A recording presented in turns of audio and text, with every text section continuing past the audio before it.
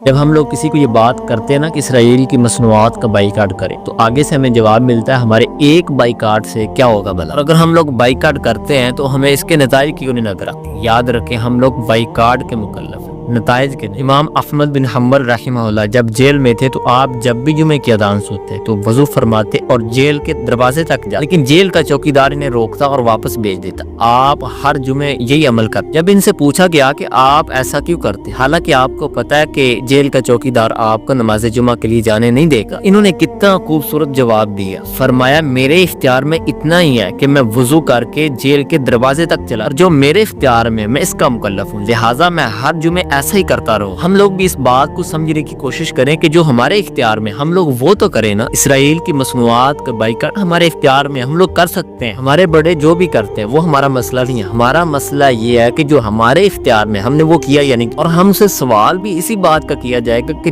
جو تمہارے اختیار میں تھا کیا تم نے وہ کیا یا نہیں کیا۔